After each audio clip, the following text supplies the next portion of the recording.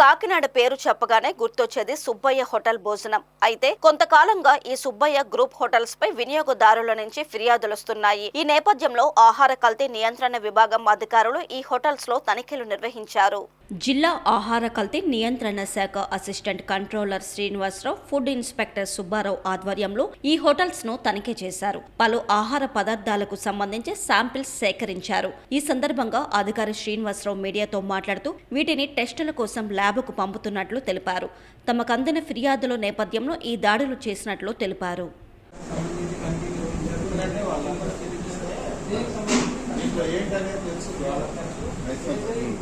అర్థమైందా? ఇట్లా బయటపెట్టింది సార్. చేశాను మేముందే తిన్నాం బాబు. Okay sir.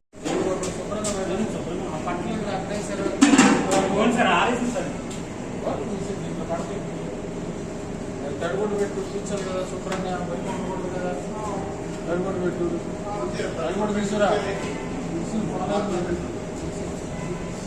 సోప్ వాటర్ వేసి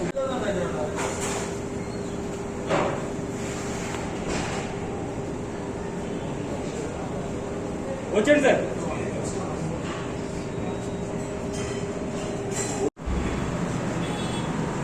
కొంచెం జాగ్రత్త పెట్టుకోవాలి. గోడ కనకూడదు.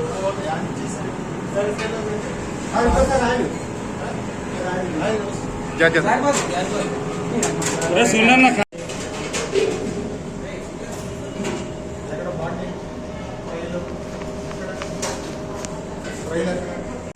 ట్రైలర్ తప్పలేదు కదా.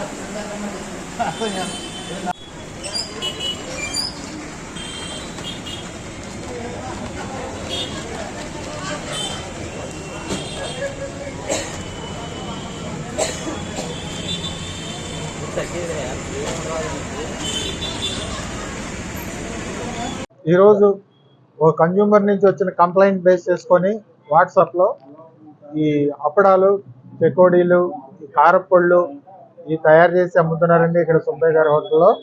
వీటిలో మ్యానుఫ్యాక్చరింగ్ డేట్ లేదండి. అడిగితే అరగంటగా సమాధానం చెప్పారు. కాబట్టి వాటి మీద చర్యలు తీసుకోమని మధ్యాహ్నం 1 గంటకి కన్జ్యూమర్ నుంచి కంప్లైంట్ రావడం జరిగింది.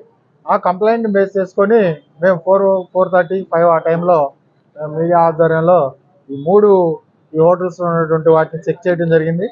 ఆ చివరి దాంట్లో 2,500 రూపాయల వర్త్ మ్యానుఫ్యాక్చరింగ్ డేట్ లేనటువంటి దాన్ని సీజ్ చేస్తాం. అడ్జుడికేషన్ వచ్చేసి జేసీ గారి కోర్టులో వేస్తాం. అట్లానే మధ్యలో దాంట్లో 4,000 రూపాయల వర్త్, ఈ చివరికి వచ్చేసరికి 1,000 రూపాయల వర్త్కి సంబంధించిన స్టాక్ సీజ్ చేయడం జరిగింది.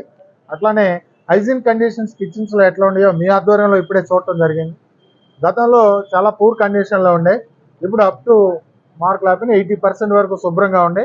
మిగిలిన 1 or 2 కండిషన్స్కి ఇంప్రూవ్మెంట్ నోటీస్ ఇస్తాం. ఈ ముగ్గురి మీద ఈ ఎక్స్పైరీ డేట్ లేకుండా ఈ తినుబండారాలు, కారపళ్ళు అమ్ముతున్నారు కాబట్టి వాటి మీద అండర్ సెక్షన్ 58 ప్రకారం కేసు ఫైల్ చేసి జేసీ గారి కోర్టులో పెట్టి చర్యలు తీసుకోవడం జరుగుతుందని మీకు తెలియపరుస్తుంది.